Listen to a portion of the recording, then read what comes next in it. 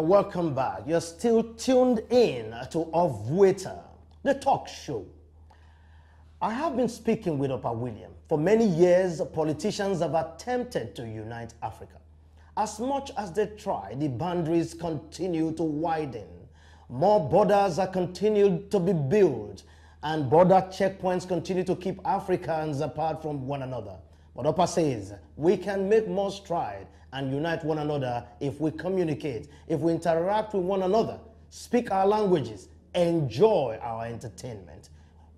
West-East or East-West agenda is Opa's current project.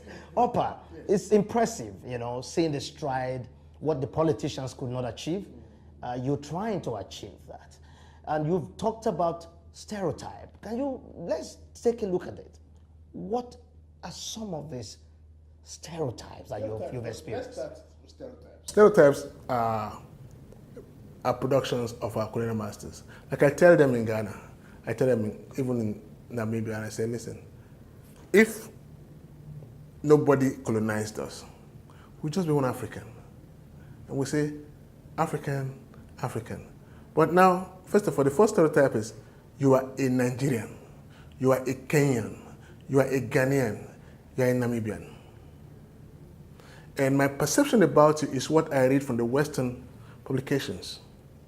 My perception about you is probably I've met one of your ugly brothers or your ugly sisters, and that's carried forward. Okay? First of all, trust. You understand? They'll tell you, if you are dealing with Nigeria, Nigerians are very crafty. You know, I mean, I had a situation where somebody said, you know, Nigerians are not to be trusted. And I said, really? So who's to be trusted? And I gave an example of where I entered a cab. I took the cabman, a Kenyan cabman, went out to eat, left my thing inside. The guy has been with me for 2 days, only for him to go away with my bag.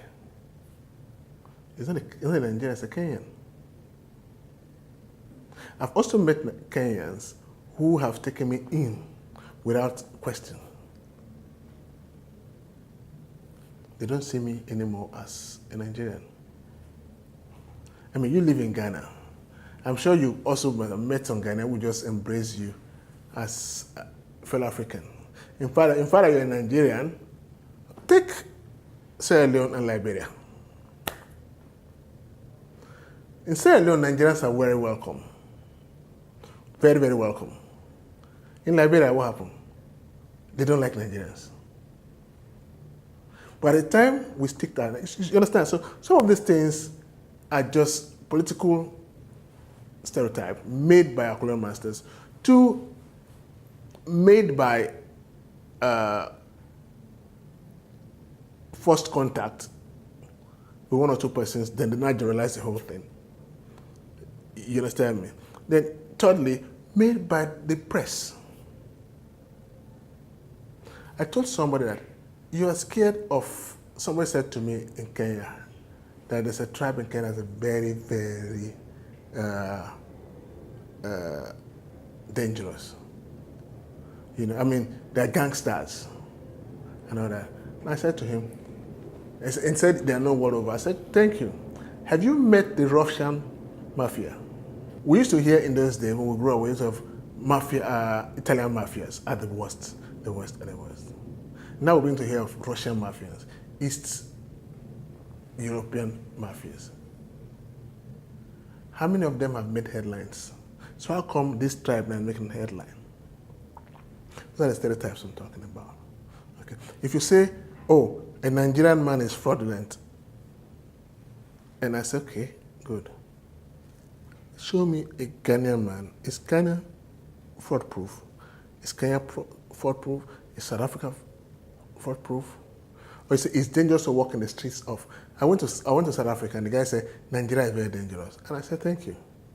But you just advised me not to hold my phone, talking on my phone in the evening, taking a walk. But I say my country, Nigeria, I'll take that walk. So stereotypes are from what we hear, or what we assume to hear, or what somebody wants us to hear, and not exactly our experientials with one another. Okay, so basically some of these things, the perception. A perception. Now coming home to Nigeria, what is the future of entertainment in Nigeria? Oh, the future is bright.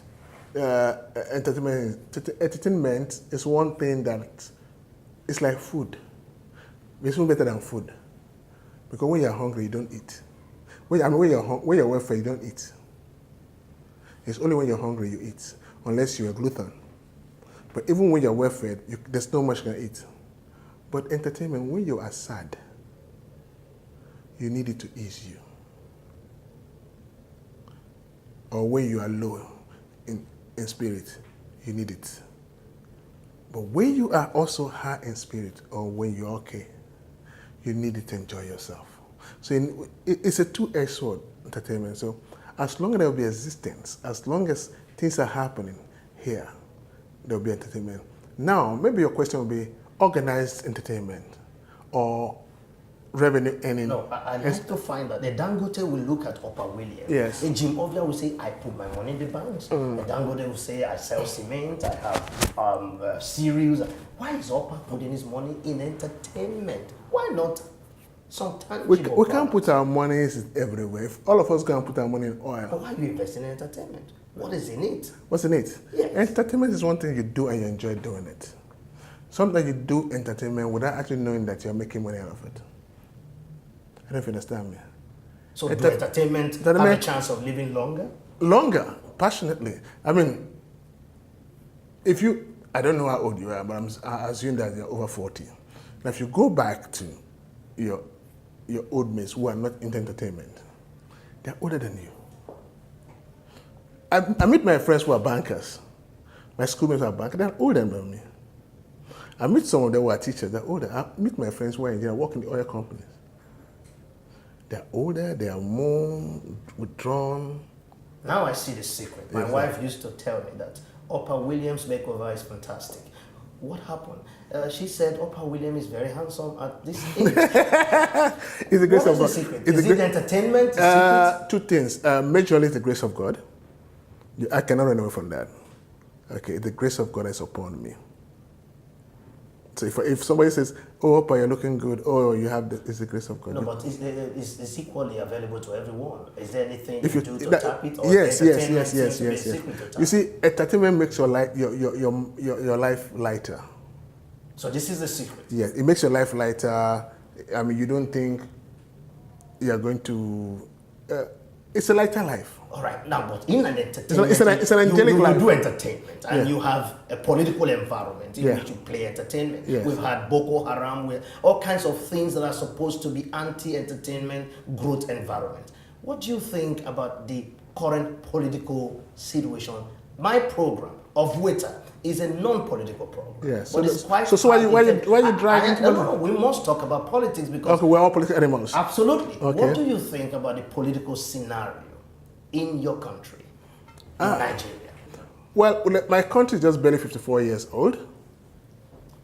Okay, and we're bound to meet a lot of teething problems, and our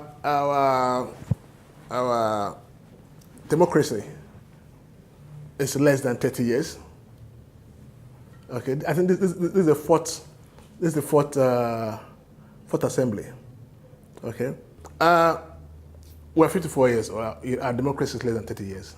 Okay, over some time we'll be militarized, and we'll also be tribalized. Okay, and also we've been marginalized. So all that combined together will probably tell you where we are today. People were scared before now. In the Third Republic, that was Third Republic, people were scared that the military was going to come in. So it was like, grab what you can.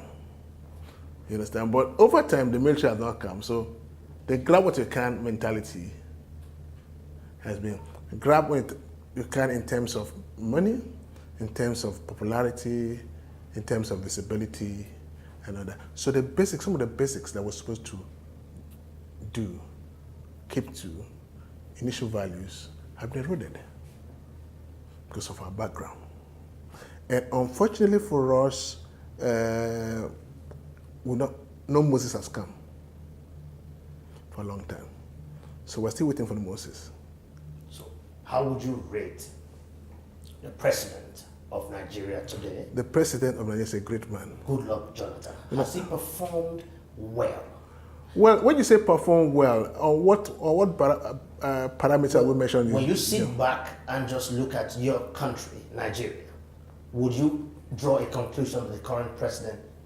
What rating would you Well, I'll tell you this, and this is not being political or being compromising. Bearing the circumstances of which my president is ruling the country, I think he's really tried. Because this is the first time in our history we're having internal IDPs, that's internally displaced people. This is the first time we're having a terrorist group they're actually attacking. First time we're having bomb blasts all over the place. First time we're having an overflooding of almost a couple of states. So bearing all that in mind, and the country has now broken up, I think he's tried. So I'm imagining that. So he's the good luck president with so many crises. Is a man with, he's been a cat for several lives. Nobody ever. You were born in Lagos. I was born from Delta State. Yes, yes. You have to rate the Lagos State government. Fashi Baba. Let me use the word Fashi Baba. What do you think about the Lagos State? Fashola, you see, it's something about, I hate to praise and not to praise. You understand? Sometimes you can put on cosmetics and the inside is getting rotten. You understand? It depends on what side of the divide you are. Lagos State has some facelifts. You understand? Roads, infrastructure are building up. But I also know that there's some areas of Lagos that are actually decaying. I also know that so many taxes are going on in Lagos. I also know that so many debts are being incurred. But then again, he has also brought some things. The BRT buses, the roads construction, the schools, the hospitals. Okay? So the question, what we should be looking at is what do we need and what do we want? We should be able to remove our needs from our wants. On the scale of 1 to 100, yes. Where does Fashola sit? I'm not a politician. He sits in Lausa. Emmanuel Uduaghan is the governor of your state. Yes. Rate Emmanuel Uduaghan, governor of Delta State. Unfortunately, I don't stay in my state, but I've seen he's been building some roads, doing some roads. But you see, because of the, it's like you give a pot to a child to go and wash. And this pot has been under the fire for 20 years. And you expect this child to just come and scrub it white? No. There's no part of this society that is not decayed. It's education, is it infrastructure, is it agriculture, is it light? Well, basically, on the altar of his promise before he got office, what will you say? I don't know what he promised, honestly. You don't know? I don't know what he promised. But then again, like I said, you must allow me to say this. Has he touched, so is there some slight improvement? You're from Delta State, I'm from Delta State. Is there any change you've seen since you've been home? I mean, to your place, have you seen any changes? If you have, then yes, kudos. If not, then we'll ask the man to please wake up and do something. You need to answer the question. Yeah, I've just asked. You're asking us the question. No, just. Do you think he's done? I'm saying that I don't stay there. I've not started evaluating, but if there's been any improvement, then. But I think there's room for improvement, just like any other thing. Opa Williams, what is your philosophy of life? Give and take. Fairness. Ladies and gentlemen, give and take fairness is Opa Williams' philosophy of life. He's been a great guest on OVUETA today. And I'm sure that this interaction has enriched your knowledge. Of course, you've heard about the East and West agenda. You've also heard that at 20, the night of 1,000 lives will be rested in Nigeria. What more do you want to hear? Opa have let most of the cat out of the bag, except we read sometimes that his wife has let the dogs out on him. And that's why he says, who lets the dog out? Ladies and gentlemen, till next week when I come your way again with another another beautiful package of OVUETA, your talk show. Whatever you do to move the nation forward, keep doing it. Mamo. Till next week, my name is Theo Akatugba. Bye for now.